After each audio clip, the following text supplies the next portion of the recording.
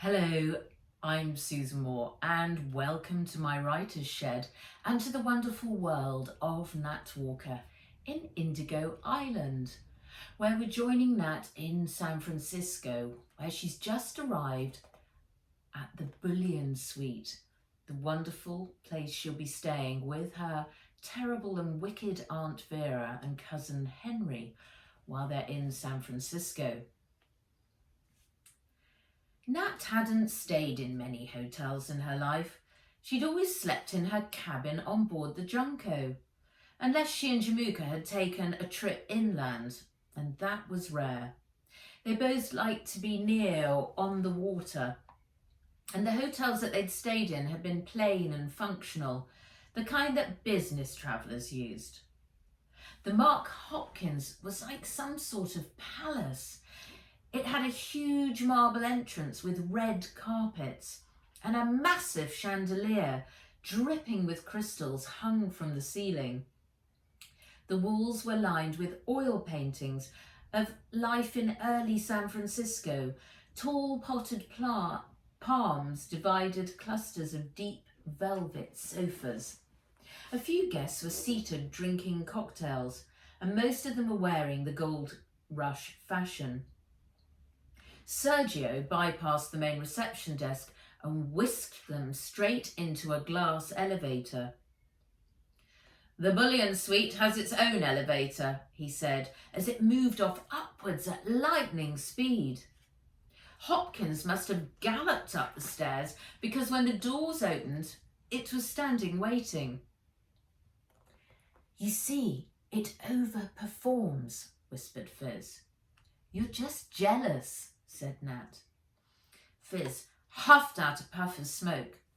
"No, I am not. I have read the reviews and it is a conflicted robot. Android brain and half body designed to be like a human, but the horse legs need a different programming variance. They haven't worked out how to do it. Most likely they never will. I repeat, never trust an android hybrid." "But you're a dragon with a human kind of brain." Fizz snorted.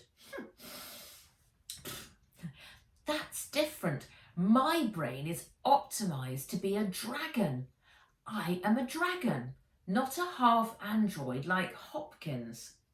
She patted his wing. "I get you." She was too tired for robot logic right now. "May I present the Bullion Suite?" said Sergio, waving his hand like a magic wand. Aunt Vera removed her Shanksy coat and tossed it to Hopkins. "I think this will do nicely. A real home from home." "This is way better than our..." Henry didn't get to finish his sentence because Aunt Vera's hand shot out and covered his mouth. "Enough, Henry. Stay with Nat while I speak with Sergio." She turned, linked arms with Sergio and moved off into a cavernous sitting room with panoramic views of the city. "May I show you to your rooms?" said Hopkins. "We can find them ourselves," snapped Fizz, before Nat had chance to reply. She turned down the hallway that led from the sitting room, wanting to get out of earshot. "That's not like you. It was really rude," she said. "Hopkins doesn't have a robot trust certificate. Its hybrid make isn't registered," said Fizz. "I'm hungry," said Henry, catching them up. "Go and ask Hopkins for whatever you want," said Nat. "Anything?" "Yes, anything. He says he can get anything, so give it a go." Henry grinned and ran back, while she and Fizz started their own tour of the suite.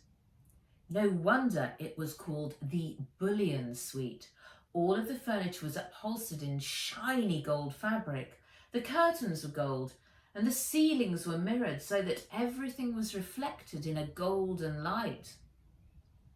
They were about to enter the next room when the door opened and Sergio appeared with Aunt Vera. Natalie, no need for you to come in. This is the master bedroom, so naturally I'll be residing here. Nat caught a glimpse of a gold four-poster bed decorated with flying swans. Her aunt was welcome to it. Henry can go in the room next to me, and I'm thinking you might want your own space, so why not take the bedroom at the end, next to the elevator? Sergio cleared his throat. Ah, that's the room most guests use for their staff, Mrs. Walker. Perhaps Miss Walker might prefer the bedroom next to yours, and we can set up the Luxe King Royale sofa bed in the sitting room for your son. Aunt Vera pursed her lips into a thin smile. Henry needs to be near me, and I don't want our sitting room turned into a bedsit. Natalie would be perfectly all right in the other room. She's used to a small cabin on her boat. Secretly, Nat was delighted. Anything to be as far away from her aunt as possible. And being next to the elevator meant she could come and go without being easily detected. She hurried off down the hallway to a narrow room with a brass plaque on it which read Staff Room. She turned the knob and headed inside. How very Cinderella, said Fizz. There was enough room for a narrow single bed, and a small wardrobe and desk were built into the wall. The brown veneer was chipped off in places, and she could see patches of glue where someone had tried to stick it back together. A threadbare brown carpet covered the floor, and there were a few stains on it and a burnt area in the shape of an iron. The window at the end looked out onto the hotel's main air conditioning unit. The thing is, Fizz, I don't plan on spending much time in here at all. We've got a sword to find, and as soon as the Junko arrives, we're moving straight back on board with our ping. And if we're lucky, we can leave Aunt Vera here. Fizz's eyes flashed purple. A good logical assessment of the situation. I like your plan. Hey, Nat, look at this! Henry appeared in the doorway, holding the tallest glass of strawberry, orange and chocolate ice cream that she'd ever seen. It's called a Knickerbocker Glory, he said, grinning. Want one? Looks ding, but no thanks, said Nat. Aunt Vera's stilettos came clicking along the hallway. Ah! Henry, there you are, she called. Henry looked from his glass to Nat. She'll never let me eat this, he said, his eyes wide in panic. Nat pointed to the bathroom. Henry ran inside and locked the door. Natalie, I just thought I saw Henry, said Aunt Vera, walking in. He needed the loo, said Nat. Oh, right. You found your room then. It's quite charming, isn't it? Nat let out a huge yawn and stretched her arms wide. It's cute. Oh, I really need to rest after the long journey, if you don't mind. Her aunt reached out and patted her on the shoulder as if she was petting a dog. Of course, you must be tired. Sergio has invited us to lunch down in the restaurant, but I will make my excuses for you, and Henry too, since you can look after him. Before Nat could reply, Aunt Vera turned and left. Henry, you can come out now, called Nat. Your mum's gone, so let's get our plans sorted. The end of chapter 6. Very fun to see them in the bullion suite, but I have a feeling that Nat's ready to go on the hunt for the sword.